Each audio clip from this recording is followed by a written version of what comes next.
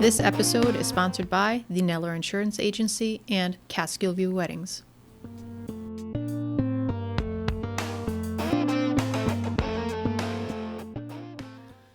So Thorin, it's good to see you today. Yeah, we're actually seeing each other in person for a little bit here. I know. And this interview that we're going to talk about is our first remote Zoom interview. It was. So that was an adventure. It was. I mean, you took a little bit to set those up and figure out how it all works, but, you know, for podcast reasons. But we got there. And I'm so excited that Stephanie was our first. Yes. And Stephanie Stanton. And none of the magic was lost, even though we weren't in the same room. No, because she is a high energy woman who is the owner of High Vibe Chick, which is an empowerment coaching full range service for women, which includes a portrait. It does. And have you seen her portraits? Yes, they vibrate at a high energy, which is what Stephanie is all about.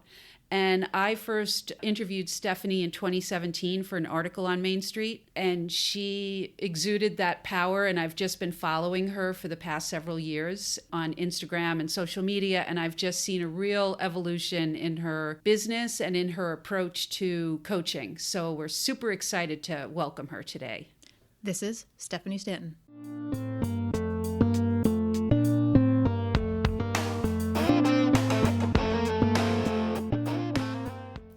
Mary, I'm so excited to introduce our first sponsor, and that's the Neller Insurance Agency, who insure your entire world.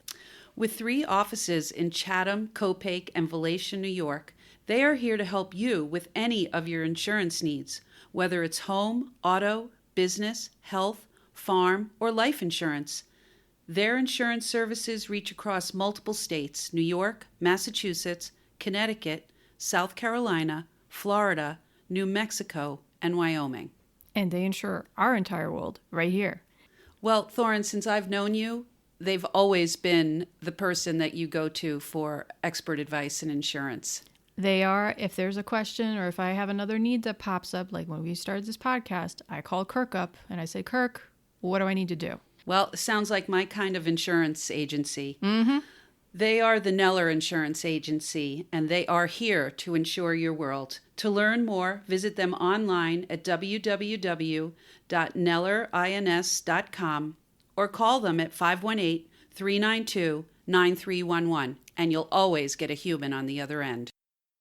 Our next sponsor is someone that I have a personal connection with. Catskill View Weddings and Event is where I got married. Mary, you were one of our guests. I was one of your guests, and I have to tell you, you making your grand entrance on the crest of the hill during sunset was pretty dramatic. On horseback, too? On horseback, and I nudged my husband and said, why didn't we do this? Well, it is, we made some beautiful photos that are on the website that Catskill View uses, and there have been some other beautiful, beautiful weddings there, but the selling point is definitely the view. It is a 360-degree unobstructed view of the Catskill Mountain Range. Sometimes you can see the Ashwaubekonks down in New Paltz all the way up to Albany, but the sunset there is spectacular, and we were so lucky when we got married in October with the foliage and the sun, and almost all of our friends and families' profile pictures for the next 6 months were with the sunset and the view. And to learn more, please visit www.catskillviewweddings.com. And by the way, Thorin is still married. Yes.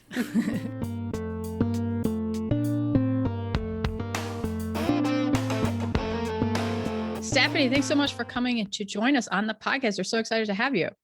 I am so honored and so excited to hang out with you ladies and be part of the Moxie conversation. Awesome.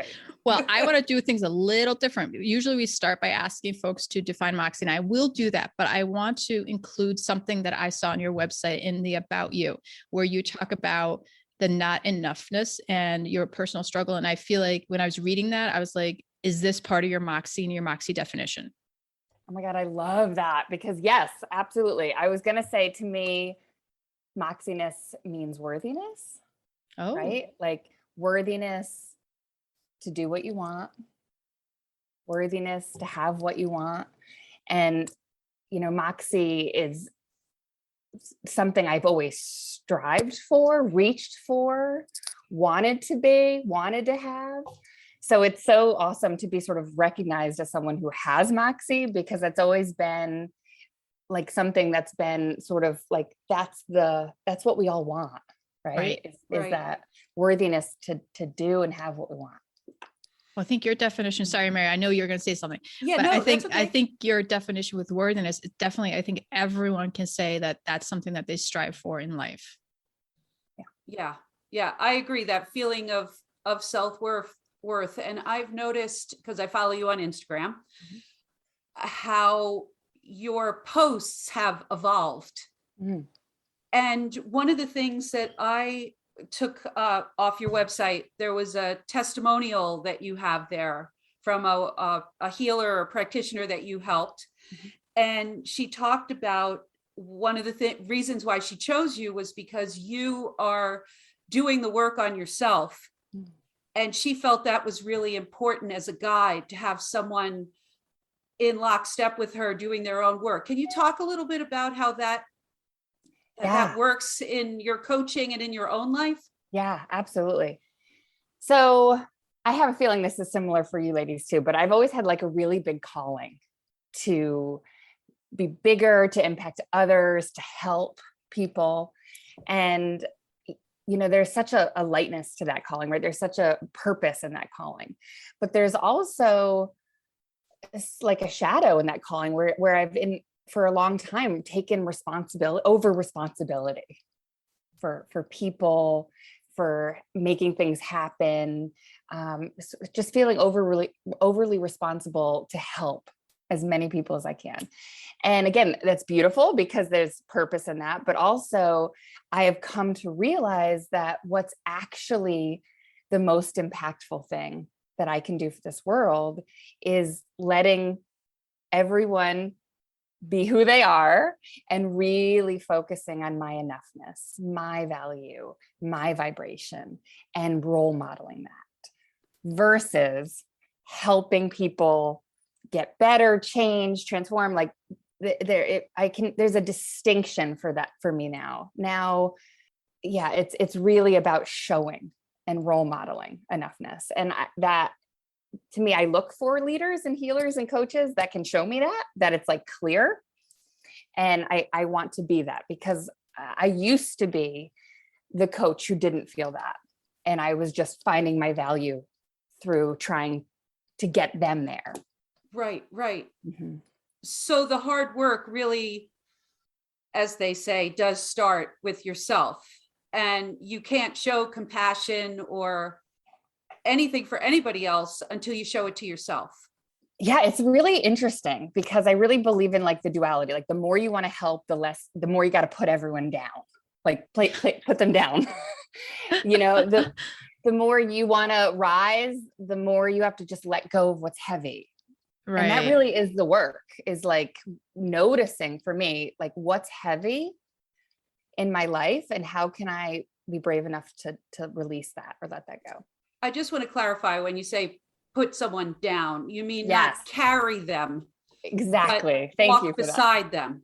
Yeah. Like take them off your back. Stop trying to, I mean, I don't know, you're both your stories, but mine was, I was such a caretaker, like highly codependent, really wanting to save the world, overgiver, really finding my value in helping.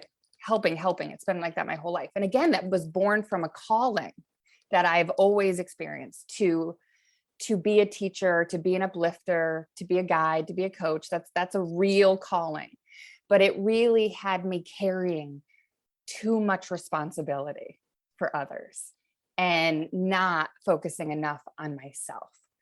And that to me is the way moving forward. If we want Moxie, we need to be committed fully to self-care. I want to say only. Like, isn't that scary? But like that has to be the utmost priority. And that's really scary, especially as women who have been conditioned their whole life to be caretakers and givers and people pleasers and approval seekers. That's really a challenge. Is it kind of like with the mom thing, if you will, that moms are always giving. And it's like at a certain point when especially when you're a new mom, your friends tell you, or your mom tells you, you have to take some time for yourself too, because you can't keep giving unless you have something to give. So you need to start with you. So is it the same thing that you found in your life with coaching and helping others? Yeah. I mean, I came from a long line of women who really were big givers, really wanted to nurture and save the world, but also didn't know how to love themselves, didn't role model how to love them because they weren't taught that, Right. and we're also highly anxious women up the line, so it's like having to kind of figure out, where do I end and others begin? And I'm a mom. I totally can falter to prioritizing everyone else's needs before my own. I literally that's my everyday work is where is my focus? Where's my focus? I was noticing even just this morning that I felt a little off, and I was like, what is here right now? And I realized I had spent a little bit of yesterday worrying about my son a little bit. And I was like, oh, that's so interesting. And I think one of my superpowers is being able to be really sensitive to my own energy, really sensitive to my inner guidance. And my inner guidance is as simple as, if I'm feeling good, I'm focusing on what's good to focus on. If I'm not feeling good, I'm not looking at what I should be looking at, I'm interested too, if you would share a little bit of your journey to get to that point, and then we can, go Sure. to how you how you found your own Moxie, and then in your coaching, and how you empower women, because you obviously have to have that first before you transfer it to others and help others achieve it. So I think, what you do as a life coach requires so much Moxie, and especially what you're doing with working with women. So I'd love to hear a lot more about that, but in your whole Moxie story and how you got from A to B. Sure. I think I loved this question because I was sitting with this morning of like, what gave me my Moxie? What brought that on? And I think it's been sort of three categories. One is I went after adventure early in life. Like, I wanted to travel. I was really hungry to travel. And I think that gave me a lot of confidence. I felt more valuable having seen the world young. And it was also a break. Like, no one in my family had done that. I felt different. I felt special in that way. So that piece gave me a little Moxie early on. That was like the credit for my early 20s. But the biggest two pieces of, I wanted to say, like, worthiness has come from starting my business. Because if that's not an effing masterclass in self-evolution, holy cow, right? Yes. And relationships with men. Because that evolution has really mirrored my ability to receive. Okay. Love. Receive and, love. And equalness. Like, I was always more of a caretaker, helper, and overgiver in my relationships. And I wouldn't release them when I had grown out of them, or I did eventually, but it took what it took. But that was my literally my breakups, my divorce from my beautiful ex-husband, the father of my children, these things that were really, really hard for me to release, which were love, relationships, that, and building my business were the two most empowering factors to me, because I really was confronted with myself, my fears, my guilt, my imposter syndrome, my not enoughness, lack, scarcity, all of that was like so in my face for both those things. And I think learning how to navigate them with the support of other high vibe women, which to me is like huge. Like, we're not thriving if we don't have support of high vibe women in our life. Like, we need that. Right. And that's a big part of my brand too, is just creating that community. But navigating those two things with the support of women who could see my value, who believed in me, who would remind me I'm going to be okay, who reminded me I'm enough. They were my believing eyes. Those were my Moxie gifts. And they didn't come easy, either one of them, but yeah. No, I can imagine. I just, Thorne, I'm going to jump in if that's. Yeah. Okay. So I've heard a lot of words that are really interesting to me in what you've talked about, with your ability to wake up and say, I'm aware that I'm not feeling my best, and that you didn't say, Stephanie, why aren't you feeling your best? It's a great morning. And so I love that you were saying what my therapist has always told me to say. Why can't you approach it with curiosity? It's interesting how I'm feeling right now. And then, so that lack of judgment must have been a hard won skill, lack of self-judgment, and also the embracing of your shadow side. That you know, when you're facing yourself in the mirror with your relationships and with your business, you're not ignoring the parts of you that cause you to feel scared or be an imposter. You're embracing them as part of you and coming into relationship with them.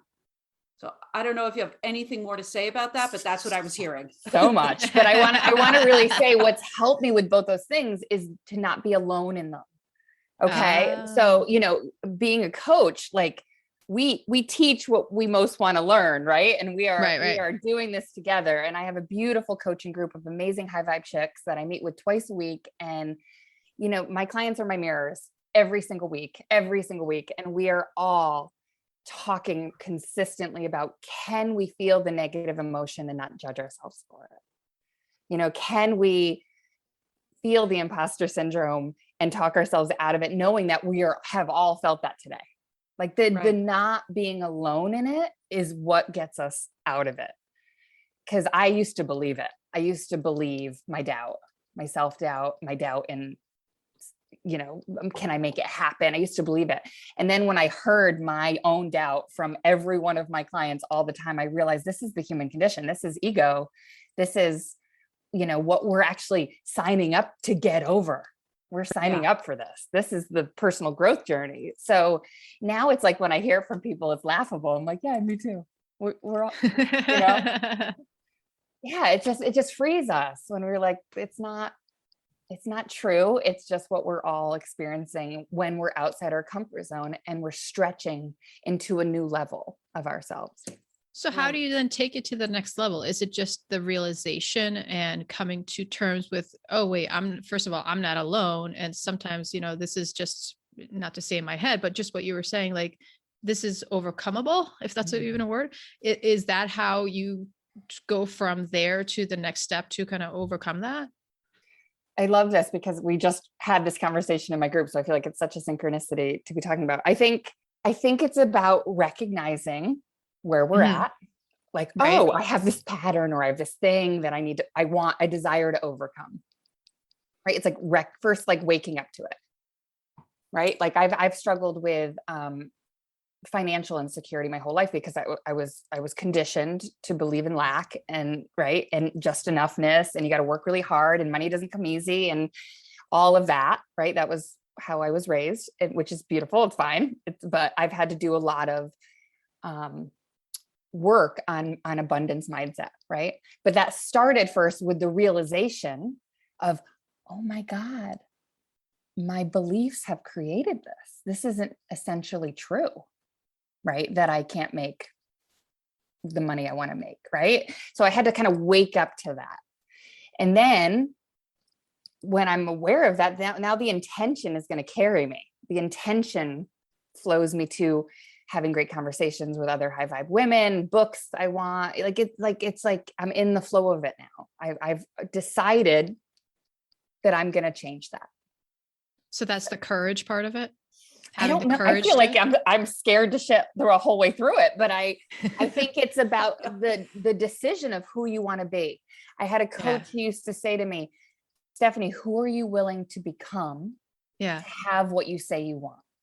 Oh, I like that. That used to hit me all the time. I was like, oh, and that makes my head hurt. I know. Who are you willing to become to have what you say you want? And that's why High Vibe Chick, that name, that brand always meant so much to me, because it's not how I see myself. It's who I want to be. It's who I want to embody. It's who I reach to be. High Vibe Chick, she decides that her happiness is the most important thing. She reaches for better feeling thoughts. She she knows her beliefs are creating her reality. That's high vibe chick. And it's like, I want to help people be more like her. Like she's an energy all her own. She's like Mary Tyler Moore throwing her hat in the air. Well, it's funny because like when you guys said Moxie, I was like, that your Moxie is my high vibe chick. It's like that energy of like personal empowerment and self-love and worthiness that we all want to embody, we all reach for. And honestly, I think we're just waking up to, we are that, we're remembering that is our nature. It's not something that we have to become. We have to remember that's who we are, but I'm still in the becoming. Yeah, aren't we all? It's a journey, right? It's a journey, yeah. Yep. And one of the best things I've realized is I don't have to be too far ahead of the people I want to help. I just need to be a couple steps ahead, and I just have to be sincerely on the journey with them. I have to be wanting, like, there's nothing better to me right now than being in this conversation about self-love, about personal empowerment. Like I want to talk about that all day long. That's always been. Okay. We have 40 minutes to cram it all in. Everything. Or there could be a part 2. Yeah, there could be a part 2. I'm very struck in my development of Moxie with this lack abundance mentality. Thorin and I would have conversations along the way because I've been writing for her for a long time now. And she used to say to me, a rising tide lifts all boats. And I'd leave her office and I'd be like, yeah, but I want my boat. And how am I going to make sure my boat is the one that floats? And I've really been working over the years on, there's enough for everyone. And do you have any tips for how to get there quicker? From the lack mentality to the abundance mentality? Before Stephanie answers, should you define what abundance is though in that instance? Would that be helpful to clarify lack and abundance though? I think abundance is what you value, right? So abundance could be freedom, abundance of growth, abundance of joy, abundance of money. It could be all of it, right? I know at least for the women that I know, we have a hard time believing we can have it all.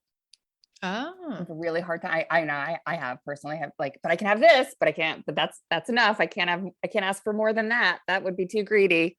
Right.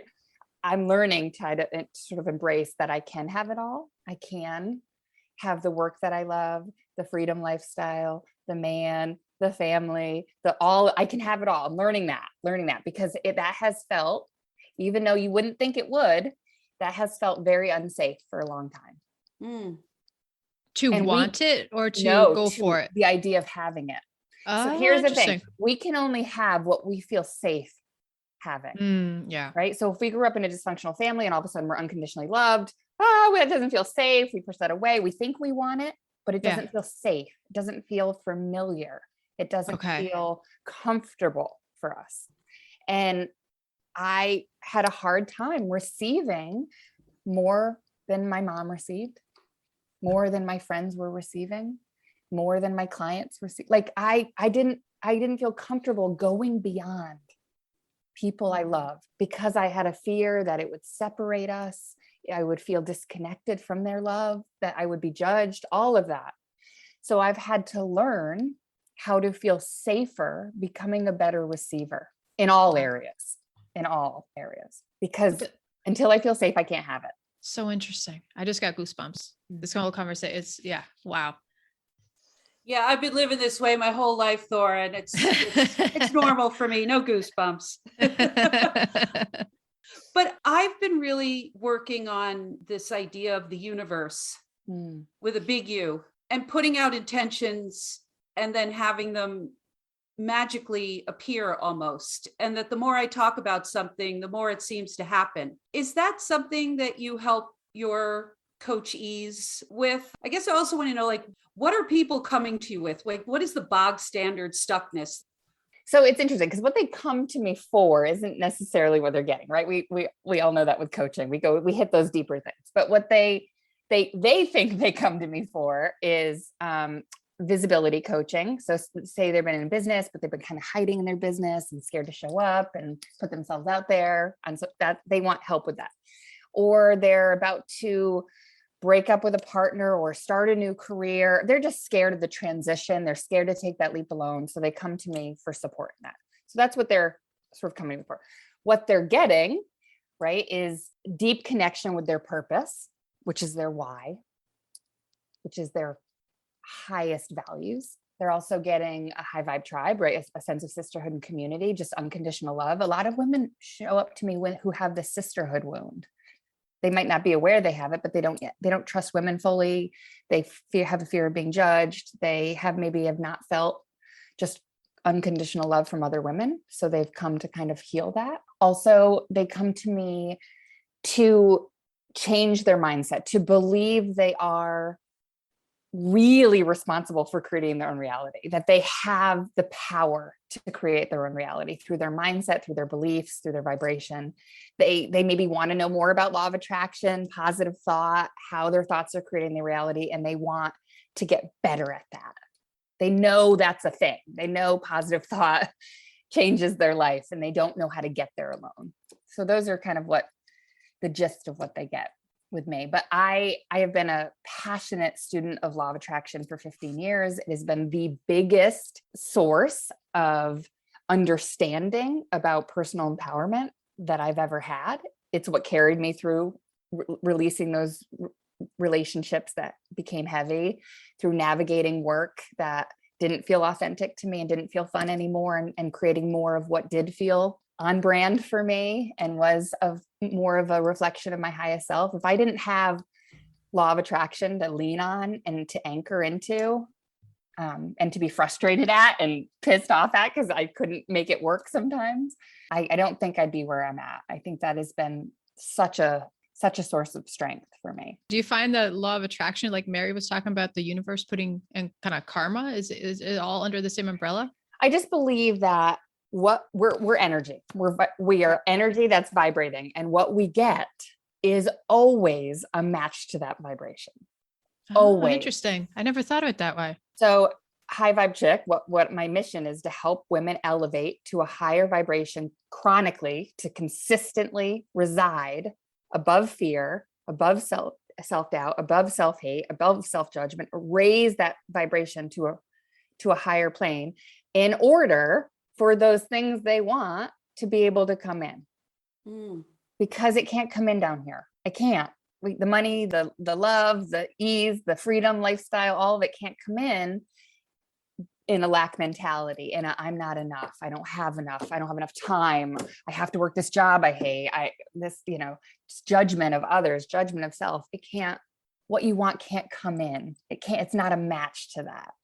And until we take full responsibility, which is hard because it requires us to step out of victimhood. It requires us to step out of life happening to me and really step into, holy shit, I'm creating all of this. It's all mine. It's all been my creation.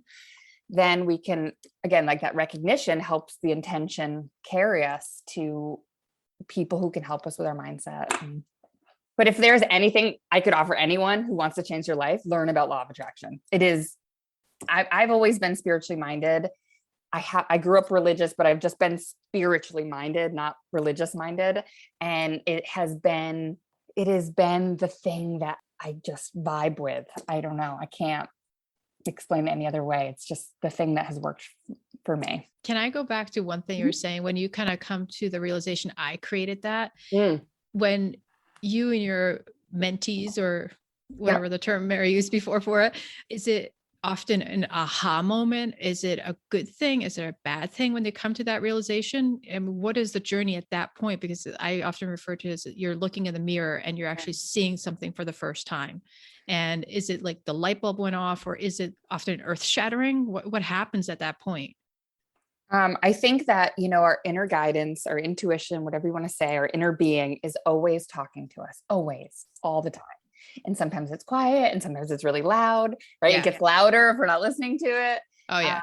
But I think that, we always have the opportunity to listen to it. But in my life, I've had catalysts that have kind of woken me up to it. And they usually are when I've been neglecting myself enough and prioritizing everyone else's needs more, and and something like a big catalyst has happened to help me wake up to myself. And I'm creating this. I need to let this thing go, or I need to release this.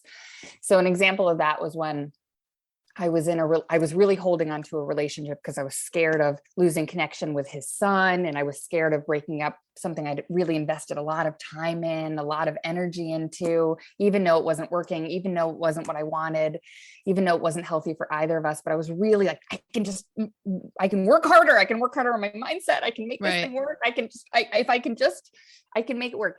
And my hair started falling out, like half my head of hair. Oh my God. And I believe so much in the body is the last thing to tell you, right? Like it starts up here, those whispers, and then it's in our emotions. And then it's like the physical body is like, we're going to show you, like, you need to stop this thing. And that was what it took for me. Cause that's terrifying. I mean, I'm a short hair girl. Like, I don't want to be half long, you know? And I woke up to myself and I realized my head, I've been fighting myself. The conflict is literally causing my hair to fall out. And I need to take my focus off this, and I need to let this go. And I did finally break up for good. But that's an example of like, I need sometimes catalyst to just those little dark nights of the soul to wake me up to look at what I'm creating. Look at what I'm manifesting by ignoring what my guidance is telling me. Yeah, I've been reading a lot about inflammation. Emotional inflammation leads to physical inflammation, which is the root cause of disease and illness. And I have found that when I'm just emotionally not really where I want to be, I do feel it in my body after time. And I'm becoming much more aware of that and trying to prioritize the self-care, the going out for the walk, which is, I think I remember a part of when I interviewed you for the article a couple of years ago. You use some modalities in your sessions like crayons or markers, but you also talked about motion and movement as a modality. Do you still engage in that? Does that still Yeah, I believe in anything that will lift your vibration. So for the things that work for me is walking, dancing, listening to music, meditation, laughing with my kids, singing, anything that can express that. I love energy work.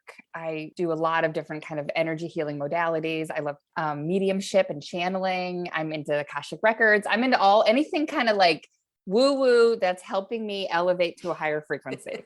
Now, everyone has to find their own thing, right? Like what works for me, what might not work for anyone else. But I do really listen to guidance when I'm working with my clients. And sometimes it surprises me. I'm like, okay, we have to do this crazy thing right now. And it's like, we end up hilariously laughing. And it's like, the intention is always to lift the frequency, because that's the only place we can't hear inspiration and get clarity on something we're desperate for clarity on unless we're in that frequency. We can't hear it. So we think, I got to fix it from down here. I got to do all these things, and I got to effort, and I got to do all this work. This is so ineffective. It's just delaying. Like, if all we did was really commit to just residing here, doing what we need to do. And as Mary said, not judge ourselves when we dip, because that's the human condition, is we will dip. Life happens. Yes. Right. I struggle with anxiety and depression. Life happens. Right. Yeah. But my commitment is I want to live here. So I reach for here. And if I don't judge myself for being here, I'm going to go up quicker. Because if I judge myself, I'm just going to hang out here all day. We're not moving. So I have learned, if I can be curious, like Mary said, about my negative emotion without judging it, then I can go back here. Like this morning, right? Like I could bring myself up. I focused on how excited I was for this. I focused on what was going right in my life. I did a little appreciation drill in my head, and I got myself back up. I didn't make myself wrong for feeling negative emotion. Yeah. When I was flipping through the photographs on your website, they're all high energy photographs. How do you get your subjects to vibrate at that level for the photograph, because I don't feel like you can fake it. Okay, so I got to back up because it's important for you to know that I was first a photographer before I was a life coach. And I became a photographer actually.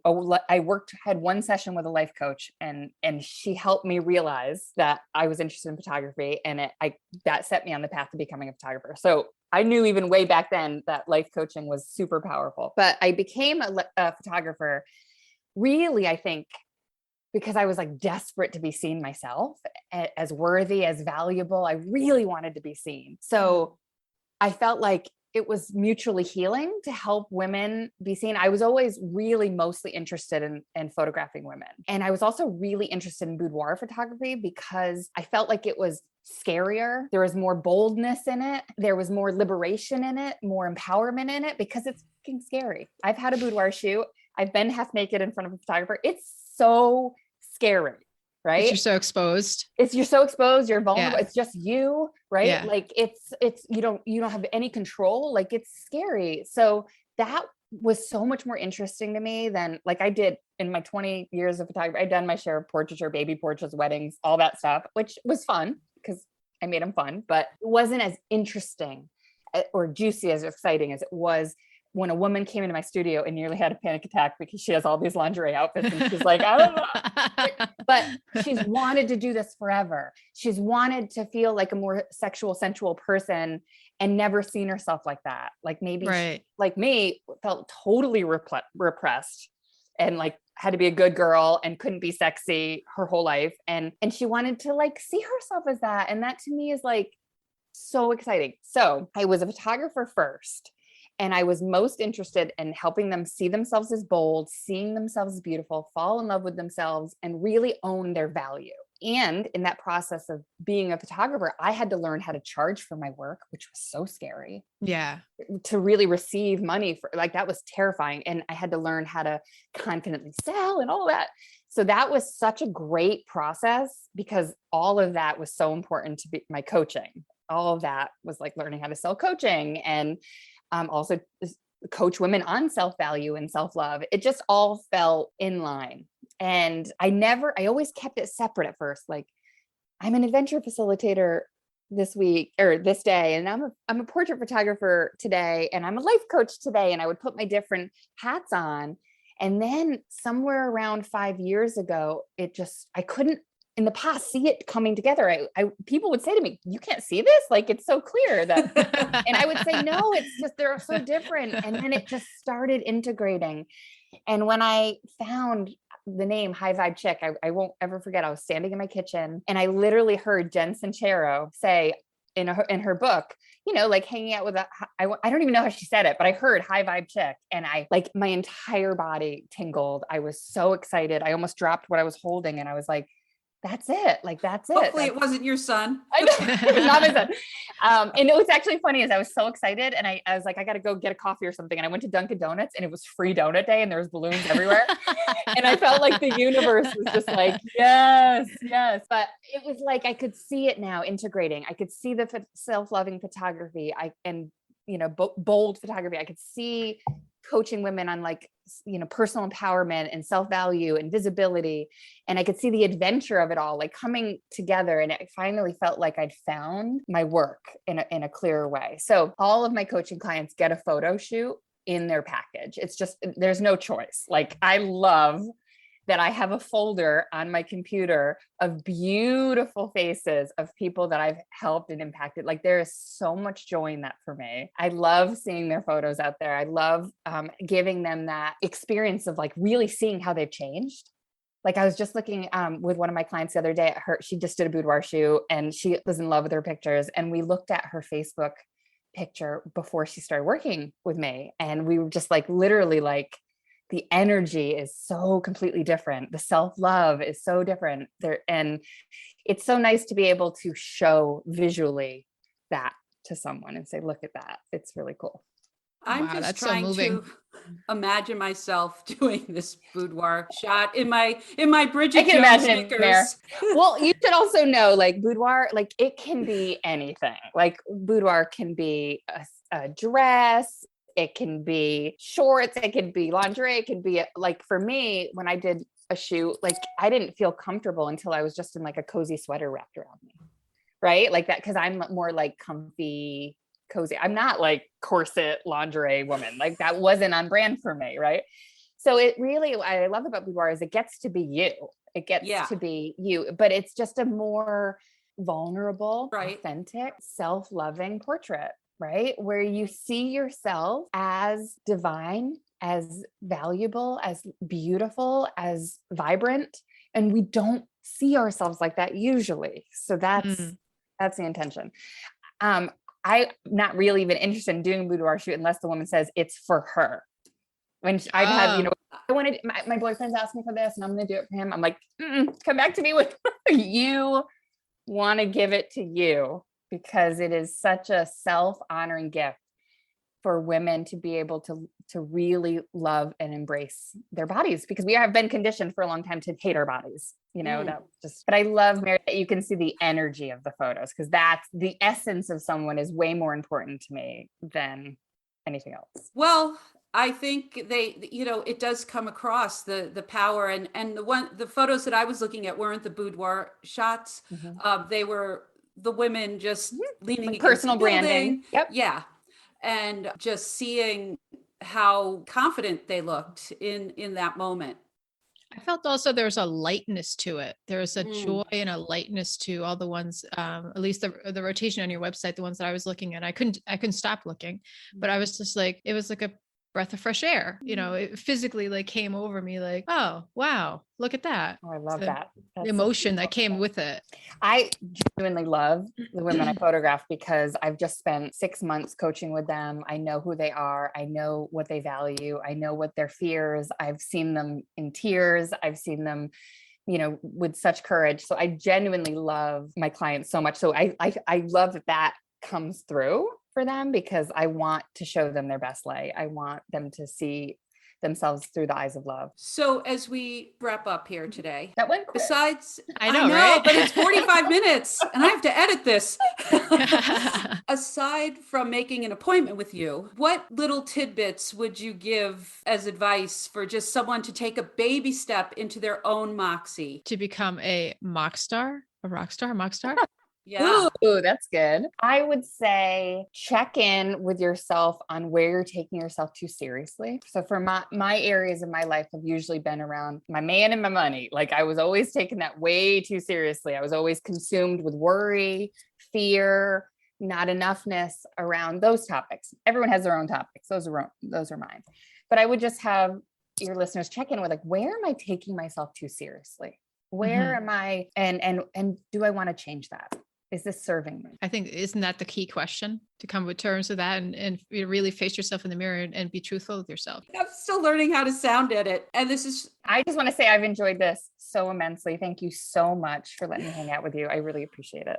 Thank you for coming on. And I want to say, to cut Mary off once again, that I just took so many things that are so inspirational. And, just from a female perspective, I think that I hope our listeners do the same thing. And just, there were so many heavy things that we talked about, as well as so many inspirational things and everything in between that I can't even form the words right now because it was just too much to process. So I'm looking forward to later today and tonight to process it.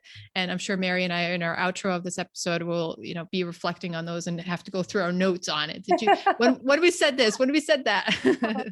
Exactly. And then we'll put references to some of the sources that you mentioned in the show notes. Awesome. Thank you so much. Thank you, Stephanie. I'm so happy to be part of your tribe. Thank you for coming into my tribe. I think women like this are going to change the world. So thank you. Mary, wasn't that so much fun?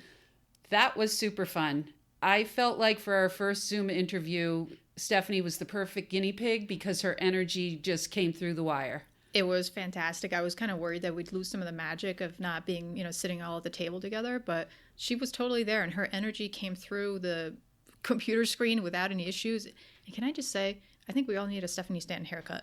Yes, people will have to go to the show notes to see Stephanie Stanton's haircut, but it's super sassy and it just is Stephanie. I loved Stephanie's. She takes her coaching very seriously and building a community of high vibe women very seriously, and yet doesn't sacrifice the fun of being in community with other women, trying to do hard stuff and yet still remembering that it's okay to have fun doing it. Yeah, I mean, they're tackling some serious issues in certain aspects, but she makes it so approachable, and that she doesn't seem that she knows all the answers, that she's growing and learning right, beside them, as you had pointed out, was one of your favorite points about the interview. Yeah, I think that takes a lot of courage to not appear that you have to be the expert in everything, and that she is modeling a lifelong journey. And I mean, I think her interview also showed that as life changes, so do our circumstances, so do, our personalities in a way. And it's just, I think, a matter of growing. And I think that what she is doing and the angle that she takes, both for herself and her life, as well as for her clients, is super inspirational. And, I was like, oh, wow, that's, maybe I should go get a free, thing with her, because she offered all of our listeners who want to get a free session with her. Just reach out, tell her you listen to her on a Moxie, and you want to check it out. Well, all that information is in the show notes as well. The other thing I loved about Stephanie's conversation was the law of attraction. That idea that if you're vibrating positive energy, you will attract positive energy. And while I never thought of it on that kind of energetic vibrational level, I do notice that when I'm up, that's who's coming into my life, people who are up as well. I really love that part, because it's something I didn't, in my life, I haven't viewed it as law of attraction, but more like karma. What you put out, you will get back. But I love that she took it to that level of the vibration portion of it. And it made me kind of think of it a little bit differently. And I really enjoyed that part. And it made me go, oh, so it's more than just, oh, I want to do this, or I want to speak to this person, and, you put that out there.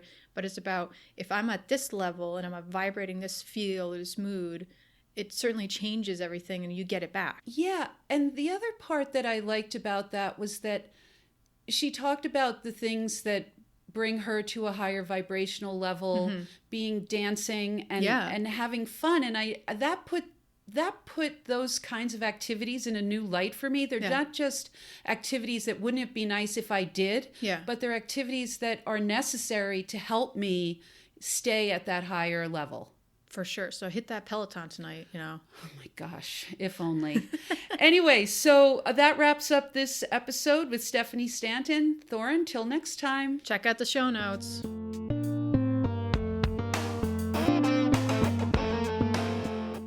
This episode is sponsored by the Neller Insurance Agency and Catskill View Weddings.